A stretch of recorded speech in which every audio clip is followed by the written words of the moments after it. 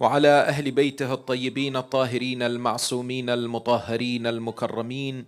قال الله العظيم في كتابه الكريم وهو أحسن القائلين وأصدق الصادقين: بسم الله الرحمن الرحيم. يا أيها الذين آمنوا استعينوا بالصبر والصلاة إن الله مع الصابرين. آمنا بالله. صدق الله العلي العظيم. For the purification of the souls, the enlightenment of the hearts, the acceptance of the deeds, and for the hastening of the reappearance of the awaited Savior, Ajrallahu Ta'ala Farajahu Sharif, enlighten your souls and the atmosphere with the recitation of salawat upon Muhammad wa ali Muhammad. Allahumma salli ala Muhammad wa ali Muhammad. My respected elders, sisters and brothers, Salamun Alaikum wa Rahmatullahi Ta'ala wa Barakatuh.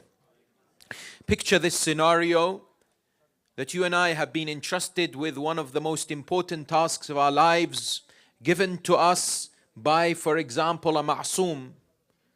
An imam or the prophet tells us you are to take your family, for example, a husband is to take his wife and children in an area where there is no other human being.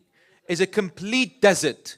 There is no vegetation, there is no water, there is no food, there is no drink, there are no buildings, there are no other creations of Allah. It's a complete barren desert. And you are told to leave your family there and leave them and go. And only come back maybe a year or two later.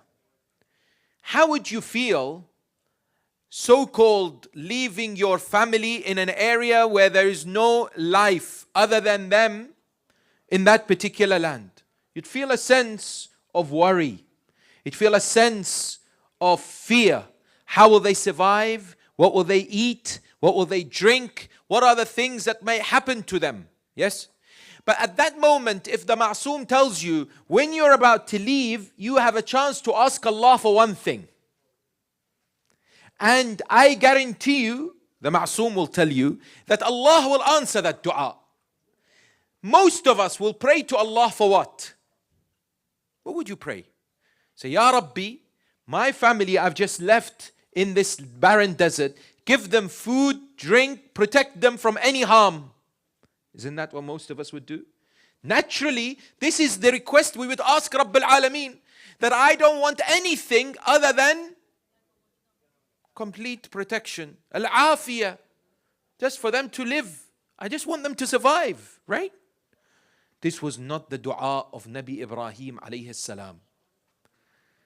This great individual that the Quran says, Inna Ibrahim kana ummatan qanitan lillah. Ibrahim was an entire nation in itself, but Allah tested him severely. He said, you're going to leave your wife Hajar and you're going to leave Ismail, who is a baby, in this barren desert which is known now as Mecca, and you're going to leave. Now Ibrahim alayhi salam, exactly like this, had one dua or requested Allah for one thing.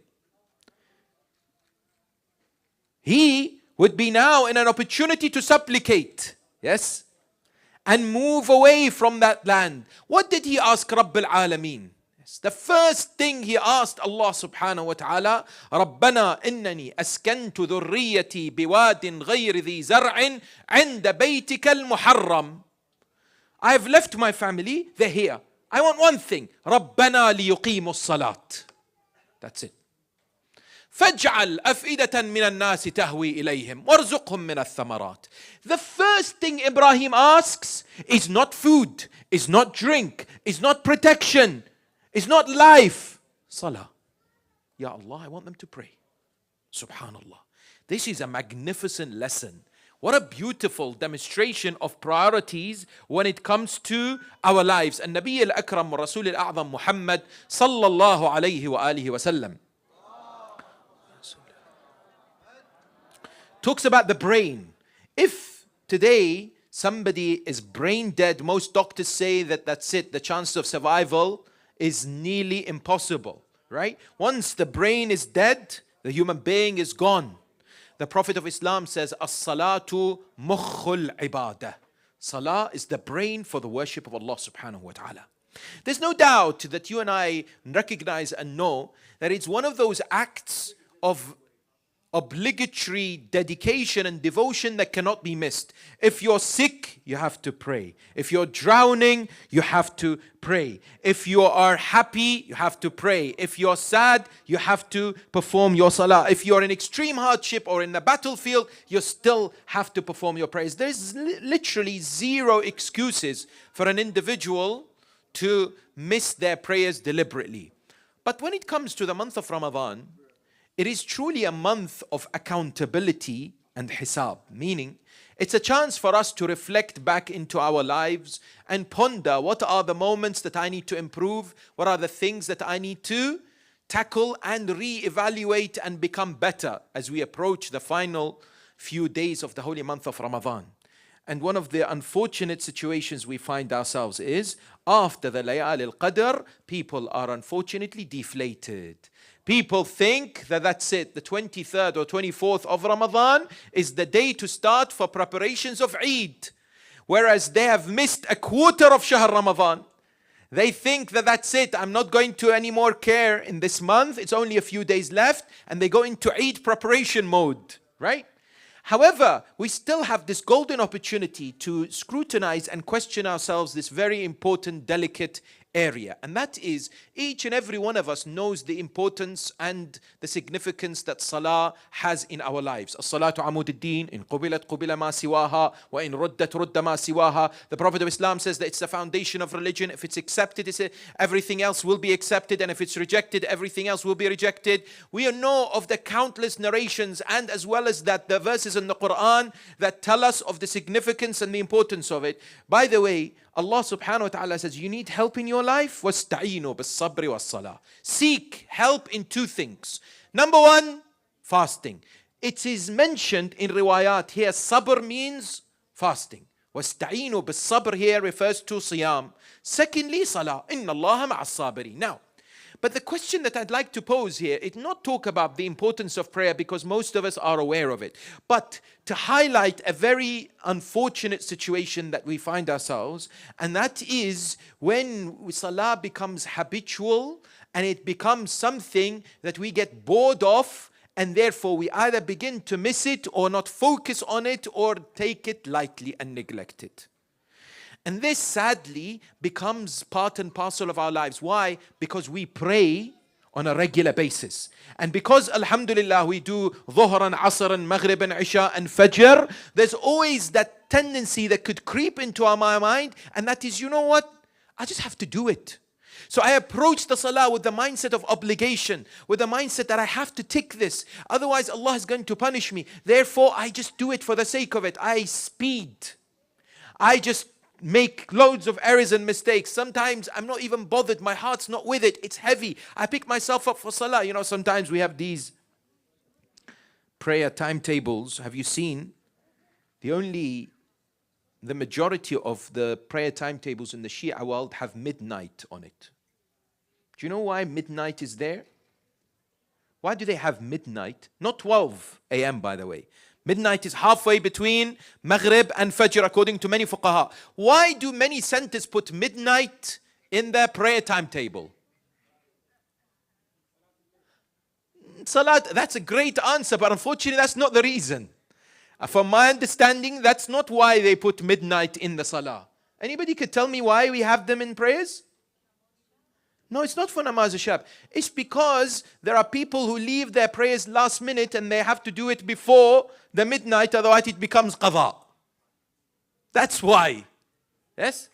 And unfortunately, then it becomes very, very much a matter of a chore, a task that I have to just do. It becomes very, very heavy on our hearts. Yes? Whereas then we have to pause for a minute and ask ourselves this question. This whole thing that Allah has made the most important ibadah in our lives, this most significant, most delicate, most spectacular act of worship that we may have to indeed be questioned on, and we will definitely be questioned on when it comes to the day of Qiyamah. The first station on the day of Qiyamah is this: would Allah make it so boring, so heavy, so tedious, just that I have to do it? And you know, today we struggle in our youth, our kids, you know, getting them to wake up for Salatul Fajr, getting them to pray. Some of our youth, They stop praying because they want to take it out on God because something has happened in their lives. Some people have gone through a really difficult hardship and therefore they stop performing their salah. And there are many, many different reasons out there, right? But I'd like to invite you just for the next few minutes to think about it before we discuss this. And that is this. What's wrong with us? What's going on? How is my mentality towards my prayers? How do I approach salah? Imagine the most beloved human being to you, somebody that you love, someone that you think is the best in your eyes, who's alive, right? And you think that they have the position that cannot be matched by anyone else, right? That person asks you to do something for them. When they ask you to do something for them, do you do that deed fully, happily, or do you do it, it's like I have to do it because I love that person? Usually, because of the association and the love you have for that person, you go about that act and deed very much passionately, very much with strong willingness and commitment, right? But the problem is we claim Allah subhanahu wa ta'ala, we love Him, right? We say, I love Allah, Allah has given me everything. And one of the most important thing is to demonstrate and to exhibit this hubbillah, yes? But when it comes to Allah telling us to do something, we take it as a burden. We consider it as too heavy for us. What's wrong with us?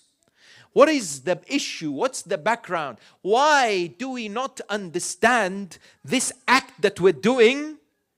And why do people approach it with the wrong mentality? Why is it that unfortunately it's become a matter of just I have to do it and nothing else? I'd like to dig deeper tonight.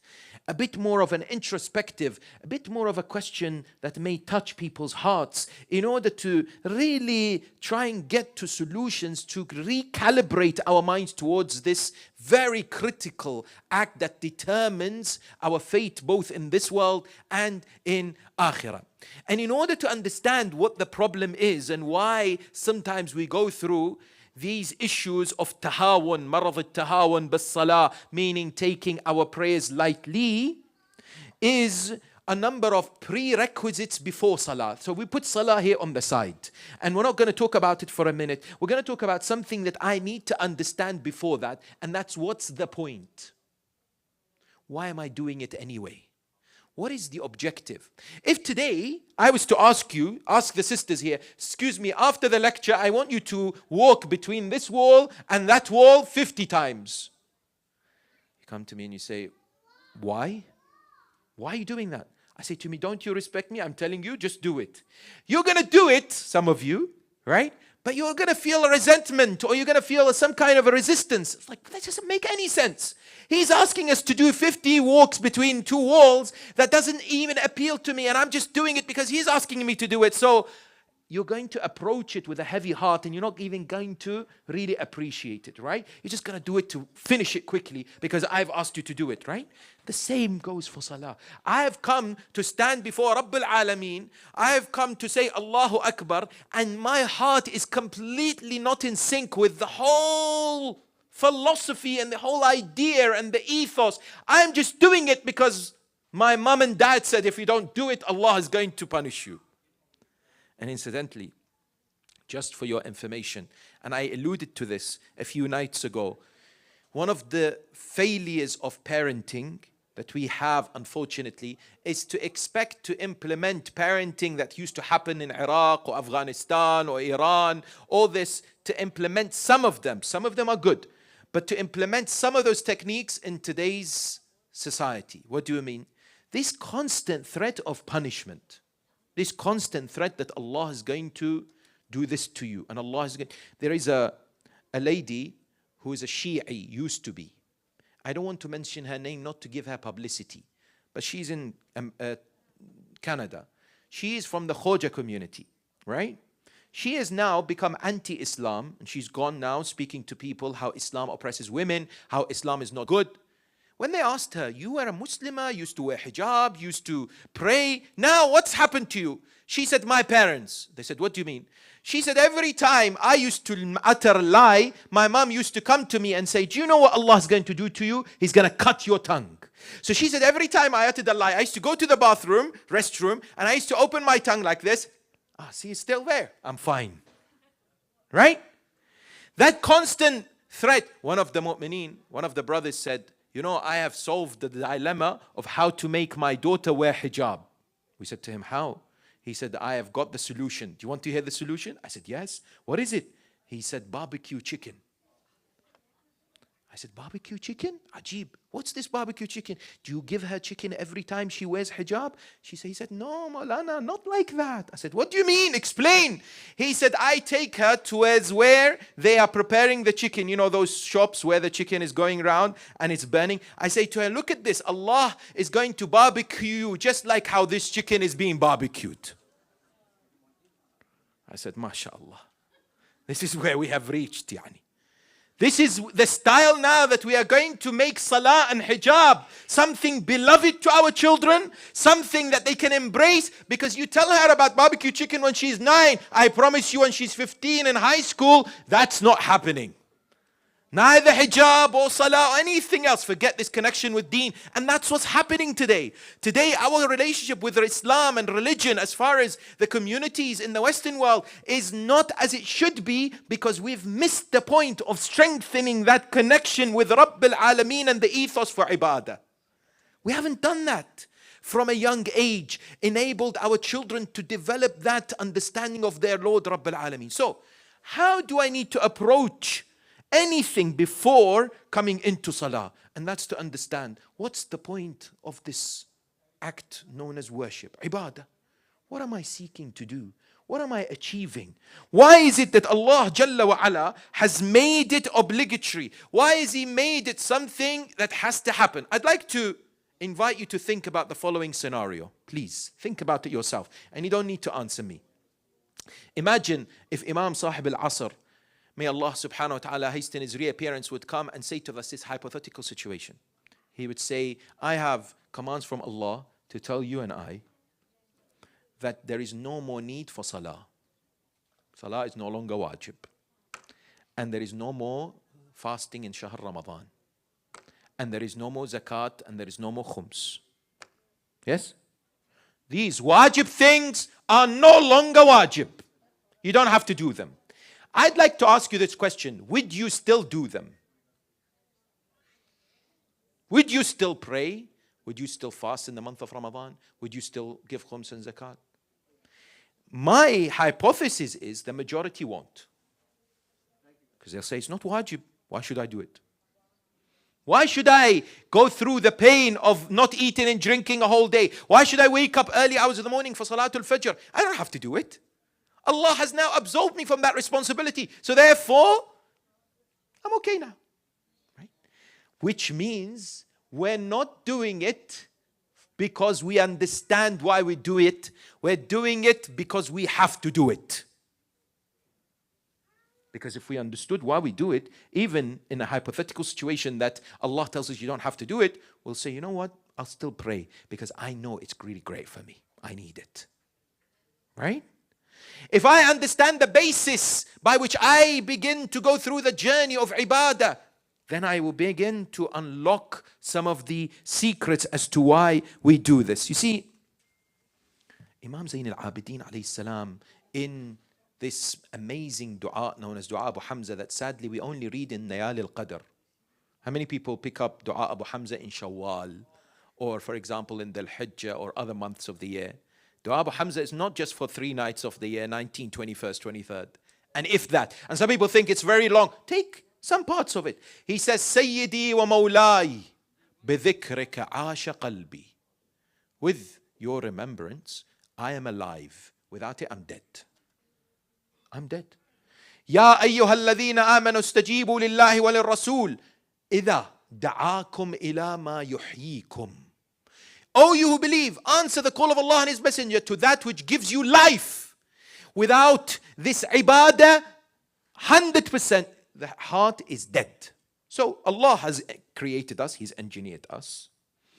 And He's created us with this need to be able to go back to Him, to be able to refer to Him, to be able to remember Him and indeed worship Him. Now, very important to understand that as human beings, we need food to survive as far as our bodies is concerned. We need ibadah to survive as far as our nafs is concerned. There is nothing else.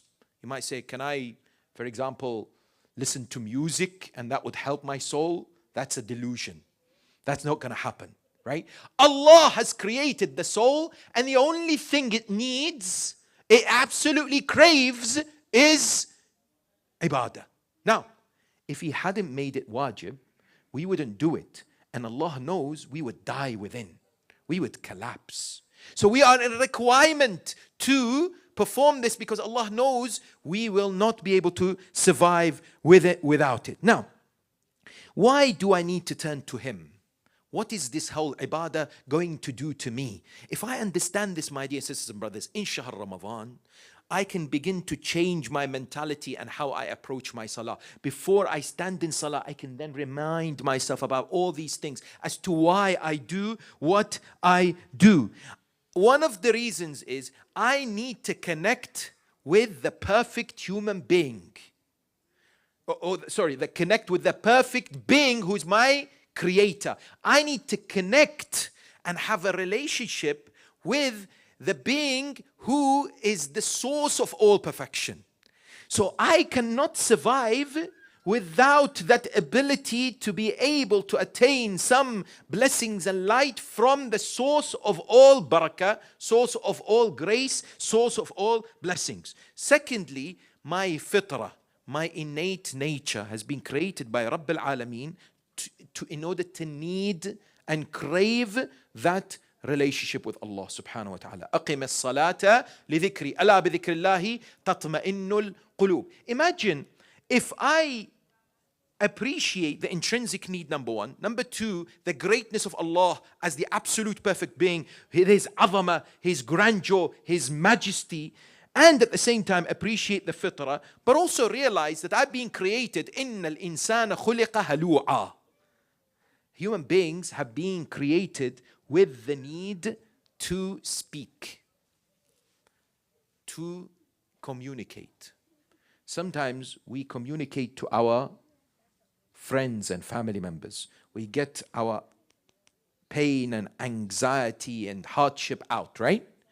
We speak to people that may help us. Above all, though, these people cannot help us. They can listen to us. They can give us solutions which are short term. Allah subhanahu wa ta'ala in a hadith Qudsi says, Abdi ma ansaftani. Oh, my servant, you are not fair to me. I give you everything and I am the source of everything, yet you ask others to help you in situations, but you don't ask me, right? He is what? Ya ayyuhan nas antumul fuqara'u ila Allah wallahu huwal ghaniyyun hamid. Allah has everything. Nothing of His power and might and all His blessings ever reduces when He gives, right? So if I become conscious and aware that I am in need and Allah is the source and Allah is the provider, I approach salah with that different mentality. That mentality that is key for the success of the prayers. That is not based on obligation, but based on need. Remember this. I am not praying only because I have to, but I am praying because I need to for my own survival. And in order for me to be able to thrive and become successful and attain the best in this world and akhirah. That's the first thing I need to remind myself. But I'm not the kind of person who will tell you only look at positives, because sometimes we need a shake up.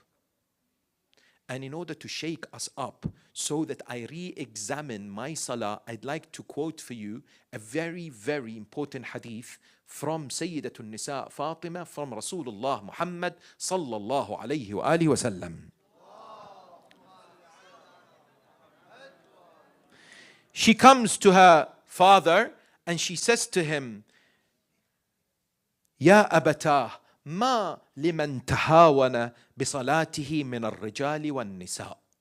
What happens if people don't take their prayers seriously? They take it lightly. What happens to them? What is the result? Sometimes I need to hear this so that it gives me that shock to think, you know what? I am just robotically praying. I'm not even focusing. There are mistakes in my prayers. I am missing it regularly. I need to devise my prayer plan to perfect it. Going forward, Shahr Ramadan is the time of accountability. I don't know in the United States when there is that financial year begins, but in the United Kingdom it's the 1st of April, right? And people go through all their accounts to see what their losses and whatever, right? So Sayyidah asks the Prophet of Islam, so what is the result of those who just basically pray just whenever they want to and they're not focused? The Prophet says, Ya Fatima, man tahawana bi salatihi min al-rijali wal-nisa, ibtalahu Allahu bi khamsa ashrata khasla. 15 things will happen to you. Some people come to me and say, brother, I'm not getting this. My dua is not being answered. I'm feeling really down, feeling depressed. What's the reason? I don't feel good. Well, maybe you're not paying attention to your prayers. I'll tell you why. Because the Prophet says 15 things will happen to you. And the Prophet, لا ينطق عن الهوى, does not speak from himself. He's giving us warning about this. He says, ستة منها في دار الدنيا. 6 of these 15 you'll face now in this world. وثلاثة عند موته وثلاثة في قبره وثلاثة في القيامة إذا خرج من قبره. You will find 3 at the time of death, 3 in the grave, and 3 on the day of judgment when you are resurrected. What are they? Ya Rasulullah, help us. We want to wake up from the slumber and the heedlessness of taking our prayers lightly. He says, فَأَمَّا اللَّوَاتِي تُصِيبُهُ فِي دَارِ الدُّنْيَا فالأول يرفع الله البركة من عمره. Allah, the first thing in dunya. So how many things in dunya? 6. He says the first thing that will happen to people who take their prayers lightly and are missing it, not focused on it, take it heavily. They think وَوَيْلٌ لِلْمُصَلِّينَ الَّذِينَ هُمْ عَنْ صَلَاتِهِمْ سَاهُونَ. Yes, and the Quran says the munafiqeen, one of the signs of the hypocrites is what? إذا قاموا للصلاة قاموا كسالى يراؤون الناس. That they go towards prayers in a lazy way. They're lazy about prayers. So it's a sign of being a hypocrite if you're lazy approaching Salah. So the Prophet of Islam says the first thing is you will die earlier than what you can potentially live. So the barakah will be taken away from your life. وَيَرْفَعَ اللَّهُ الْبَرَكَةَ مِنْ رِزْقِهِ. Your rizq, your sustenance, Allah will not give you what? More than what you basically get. In other words, you are potentially able to get more, but that barakah will not be attained. وَيَمْحُ اللَّهُ عَزَّ وَجَلْ سِيمَاءَ الصَّالِحِينَ مِنْ وَجْهِهِ. You will not look like a righteous person. The sign of righteousness will be removed from your face. وَكُلُّ عَمَلٍ يَعْمَلُهُ لَا يُؤْجَرُ عَلَيْهِ. عجيب. Allahu Akbar. This is the most frightening for me, wallah. Wallah, it's frightening.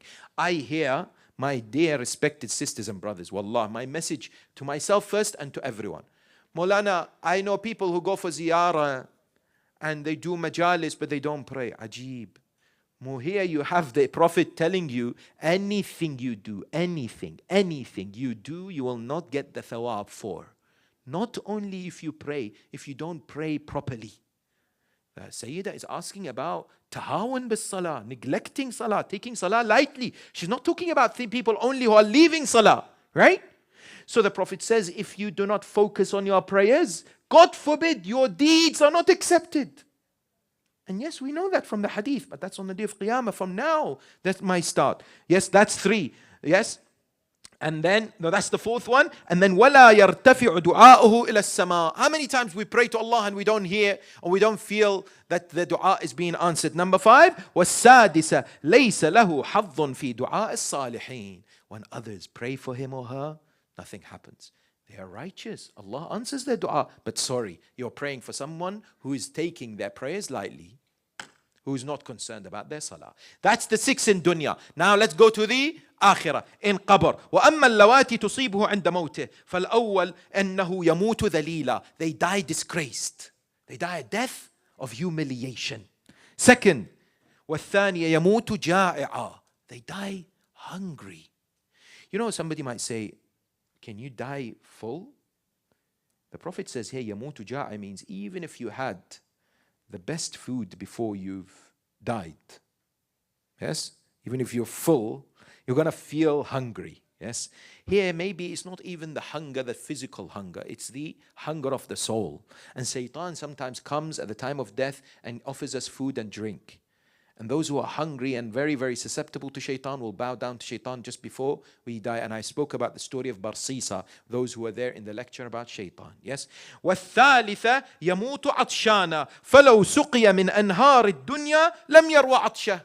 They die not only hungry, but they're thirsty. And if they're given all the waters of the world, they're not going to be quenched from their thirst. That's at the moment of death. وَأَمَّا اللَّوَاتِي تُصِيبُهُ فِي قَبْرِهِ. Now we move on to the grave. It hasn't finished yet. Those who take their prayers lightly, Allahu Akbar, it's severe. Sometimes I need to remind myself about this. فَأَوَّلَهُنْ. The first, يُوَكِّلُ اللَّهُ بِهِ مَلَكًا يُزْعِجُهُ فِي قَبْرِهِ. Allah will appoint an angel that will hurt him or her and constantly annoy them in their grave all the time. Second, يُضَيِّقُ عَلَيْهِ قَبْرَهِ. The qabr, the grave will be very constricted and tight. Third, تَكُونُ الظَّلَمَةُ فِي قَبْرِهِ. It will be dark, it will be scary. And by the way, rest assured, those who work the other way, who try and strive to make their salah better, there is no doubt that these 15 are reversed. Because they're the cause of taking prayers lightly. But if you don't take prayers lightly, you're going to be actually dealt with in the best way. And then he says, وَأَمَّا الَّتِي اللَّوَاتِي تُصِيبُهُ يَوْمَ الْقِيَامَةِ إِذَا خَرَجَ مِنْ قَبْرِهِ. If you leave the grave, the following three things are going to happen. يُوَكِّلُ اللَّهُ بِهِ مَلَكًا يَسْحَبُهُ عَلَى وَجْهِهِ وَالْخَلَائِقُ يَنْظُرُونَ إِلَيْهِ. Allah will appoint an angel who will drag him or her on the floor with their face on the ground. And the angels will be looking, and all of God's creation will be looking too. Everybody, in front of everyone. So there's humiliation and there's punishment. والثانية يحاسب حسابا شديدا. حسابا شديدا means here the accountability will be so stringent. The smallest thing, Ya Allah, even this. You know, sometimes when we buy things or when we are, keep that you said to them, keep the change or whatever, Allah will say, even the smallest thing, you'll be held accountable. And the third one, لا ينظر الله إليه ولا يزكيه وله عذاب أليم. Allah does not look at them, does not verify their deeds, and for them is a heavy, painful chastisement. This may work for some people. If I begin to recognize that I have an issue with salah, I begin to realize that it's not a choice anymore, and I know that the Shahr Ramadan is a station for me to re-evaluate and re-examine my relationship. And I end with three important points, my dear sisters and brothers. In terms of looking after salah, وَالَّذِينَ هُمْ عَلَى صَلَاتِهِمْ يُحَافِظُونَ, being of those who look after salah, I need to realize there's three levels. I need to see that there are three things. The first thing I need to realize is its validity. Validity means what? That it's done correctly. That there are no mistakes. Imam Mohammed al-Baqir salawatullahi wa salamu alayhi. Allahumma salli ala Muhammad wa ali Muhammad. Once was walking and somebody came to him and said to him, Yabna Rasulillah, can you check my prayers? He said, yes, why not? But before that, Imam said to him, do you pray? He said, yes. He said, do you think you have mistakes in your prayers? He said, no. Alhamdulillah, I've been praying for 50 years and my salah is fine. He said to Imam al-Baqir, my salah is okay. Imam says, very well. Pray in front of me and I'll see. Imagine praying in front of Imam who is ma'soom. I must admit, I'll be frightened, right? But the Imam is not there to find mistakes for the sake of it. He's not there to say, oh, listen. He's not like a strict teacher, right? He's trying to guide. So the man prays. When the person finishes the salah, Imam highlights to him so many errors that today our fuqaha use this hadith in order to teach us the issues to do with prayers. So thank God this person actually did that, because sometimes these narrations are missed. But sometimes we take this lightly and we do not get our prayers verified or checked and we think it's fine, number one. Number two, salah's validity doesn't mean its acceptance. There's two separate things. There is qabul as-salah and there is sahhatu as-salah. Sahhatu as-salah is the fiqh. Sahhatu as-salah is making sure the jurisprudence is correct. Qabul as-salah is different. In order for salah to be accepted, it needs to be valid. But there needs to be other things, which is mainly focus, concentration.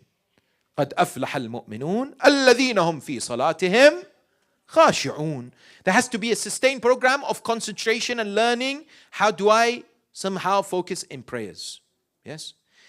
These are the absolute necessity, or at least things we should be working towards. There is a third level. So it's not only valid, it's not only accepted, but now it's perfected. There is the perfection of Salah. This is brilliant. This is something that will help even when it comes to focusing in the prayers. And that is what? And that's I begin to focus and work hard on mustahabbat and adab of the prayers. Meaning what? For example, when I've come to pray at home, I don't have things which distract me around me. I use perfume, for instance, which the Ahlul Bayt alayhum salam have highly recommended. My clothing is not tight. I am not in the state where I need to go and relieve myself in the restroom. Yes? Because sometimes, because we've got wudu and we're like, okay, you know what? I need to pray because I know I need to go to the restroom quite soon. And you just want to pray so that you don't have to do wudu again. Yes? That is unfortunate. And I know, may Allah bless the sisters, it's always so much harder for them to do wudu than it is for the brothers, especially when you're out there. And I know, but you get more thawab. Don't worry. Allah is not going to say, listen, same thawab as men who do their wudu in 10 seconds. But at the same time, I need to approach Salah with the mindset that I am in an interview with Rabbil Alameen. And so I wouldn't go to an interview with somebody for an important job, right?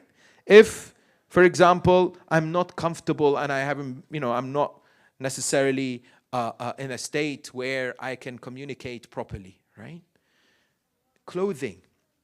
Clothing means what?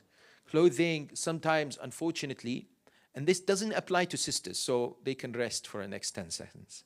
This is for brothers mainly. And that's what? Because sisters have to wear, particularly normally, they have to obviously be wearing the hijab, or if they're at home, they wear the chadar and whatever. But for the brothers, sometimes, because there isn't a specific dress wear as such, we find some of the youth, when it comes to their dress code, it leaves a lot to be desired. Meaning what? Meaning that they've come to Salah in a way that they wouldn't even approach any person that they have any respect for.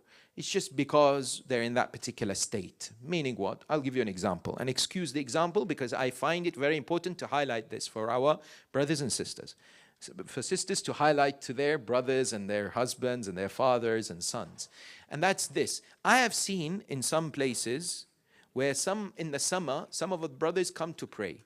Because they're wearing very tight t-shirts and they're tight, for example, trousers, right? Or pants, as you guys call them, right? They, unfortunately, fall into error. By what? When they go into ruku' or they go into sujood, the shirts get pulled up. And the trousers get pulled down. And the person behind them, God help them what they're seeing. Yes? Sorry to be so clear, but I have seen it in my own eyes in so many different places. They don't care. Brothers, we don't need to know which brand of underwear you're wearing. It's not for us to know. Yes? Unfortunately, that is sadly the case. Whereas they're not wearing loose clothing that is appropriate in Salah before Rabbil Alameen. That is a reminder that, for example, I need to look after my clothing. I need to look after the time that I perform the Salah. Yes? إِنَّ الصَّلَاةَ كَانَتْ عَلَى الْمُؤْمِنِينَ كِتَابًا مَوْقُوتًا. I don't delay it. Wallah, we have this narration that says there are people on the day of Qiyamah, they stand millions of years waiting. Millions. Waiting for hisab, for accountability. So they complain. They say to the angels, why is Allah not taking us holding us accountable? Their response will be, you delayed your salah, so Allah will delay your accountability. You delayed your salah for no reason. So now you think Allah is going to just say to you, come on, let's quickly get your application process done? Of course not, right? At the same time, what do I need to do? I need to remove these distractions. I need to be in the state whereby I appreciate, for example, the beauty of wudu and not speed it up. I need to, for example, fragrance the wudu by reciting the du'as of the Ahlul Bayt, such as du'a of Amir al-Mu'mineen. When I recite the wudu, there is a beautiful du'a that is highly recommended. Print it and place it in your restroom, laminate it, right? And this particular dua is every time you wash your face and the arms and the feet wiping, you recite something. For example, Allahumma bayyid wajhi yawma taswaddu fihi al-wujuh. Allah, make my face illuminating the day that the faces are darkened on the day of Qiyamah, right? Imagine if you do this, how many times in a day do you do wudu? Once I asked this question, a brother said once. I said, subhanallah, you have amazing bladder. Yes. Once in a day you do wudu for a whole salah? Subhanallah, that's impossible. 3, 5. Imagine you do these wudu 3, 4, 5, 6 times a day, and it's beautiful to do wudu on top of wudu, by the way. So imagine you've got wudu and you're like, I want to do wudu as well. That's nurun ala nur. We have a beautiful hadith says, Man jaddada wudu'ahu. Whomsoever does wudu on top of a wudu, yes, جدد الله توبته بدون استغفار. Without you saying istighfar, Allah will renew your tawbah automatically. If you renew your wudu without losing it. You do wudu on top of wudu. Yes? Hadith of Imam al-Baqir alayhi salam. So, when I wash my face and I say, Allahumma bayyid wajhi yawma taswaddu fihi al-wujuh, how many times a day? And you're asking Allah this dua. Imagine on the day of Qiyamah, would Allah disgrace your face? Imagine. And we are told, Amir al-Mu'mineen says, whomsoever does this in wudu, what happens is every drop of water you use in wudu, Allah will create an angel that will do tasbih for you on your behalf until the day of Qiyamah. If you recite these du'as, this dhikr of Rabb al-Alameen in wudu. It's a reminder for all of us. Nas'alullah subhanahu wa ta'ala an yataqabbal a'malana. We ask Allah subhanahu wa ta'ala to accept our deeds, especially help us in Shahr Ramadan to re-examine and restart our connection and our relationship with Salah, the most important act that will determine our success in this world and آخرة. أقول قولي هذا واستغفر الله لي ولكم وآخر دعوانا أن الحمد لله رب العالمين وصلي اللهم على محمد وآله الطيبين الطاهرين.